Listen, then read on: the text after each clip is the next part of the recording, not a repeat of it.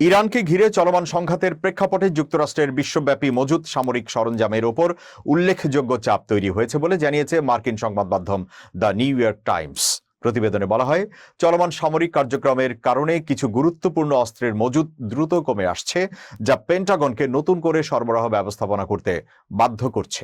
প্রতিবেদন অনুযায়ী যুক্তরাষ্ট্রের প্রতিরক্ষা সদর দপ্তর পেন্টাগন এশিয়া ও ইউরোপে অবস্থানরত বিভিন্ন সামরিক কমান্ড থেকে অস্ত্র ও সরঞ্জাম সরিয়ে মধ্যপ্রাচ্যে পাঠাচ্ছে। এর মাধ্যমে যুদ্ধক্ষেত্রে প্রয়োজনীয় সরঞ্জামের ঘাটতি পূরণের চেষ্টা চলছে। বিশ্লেষকরা বলছেন, এই পদক্ষেপ যুক্তরাষ্ট্রের বৈশ্বিক সামরিক প্রস্তুতির ওপরও প্রভাব ফেলতে পারে। খবরে আরও উল্লেখ করা হয়েছে, চলমান সংঘাতের ব্যয় অত্যন্ত বেশি, যদিও হোয়াইট হাউস আনুষ্ঠানিকভাবে মোট ব্যয়ের হিসাব প্রকাশ করেনি। তবে দুটি স্বাধীন সংস্থার হিসাব অনুযায়ী প্রতিদিন প্রায় $100 কোটি ব্যয় হচ্ছে। সেই হিসেবে মোট ব্যয়ের পরিমাণ ইতোমধ্যে 28 বিলিয়ন থেকে $35 বিলিয়ন মধ্যে পৌঁছাতে পারে। প্রতিবেদনে বলা হয়েছে, যে অস্ত্রগুলোর মজুদ সবচেয়ে বেশি চাপের মুখে পড়েছে তার মধ্যে রয়েছে প্রিসিশন স্ট্রাইক মিসাইল, ATACMS, ভূমি থেকে উৎক্ষেপণযোগ্য ক্ষেপণাস্ত্র এবং প্যাট্রিয়ট ইন্টারসেপ্টর মিসাইল।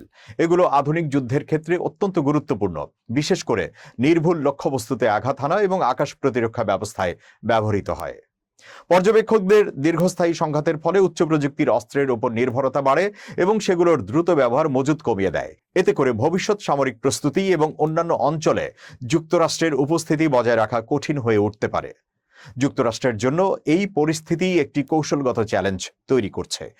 একদিকে চলমান সংঘাত পরিচালনা, অন্যদিকে বৈশ্বিক সামরিক ভারসাম্য বজায় রাখা। এই দুইয়ের মধ্যে সমন্বয় করাই এখন বড় প্রশ্ন হয়ে দাঁড়িয়েছে। উল্লেখ্য, ইরানকে ঘিরে উত্তেজনা এবং সামরিক তৎপরতা সাম্প্রতিক সময়ে উল্লেখযোগ্যভাবে বেড়েছে।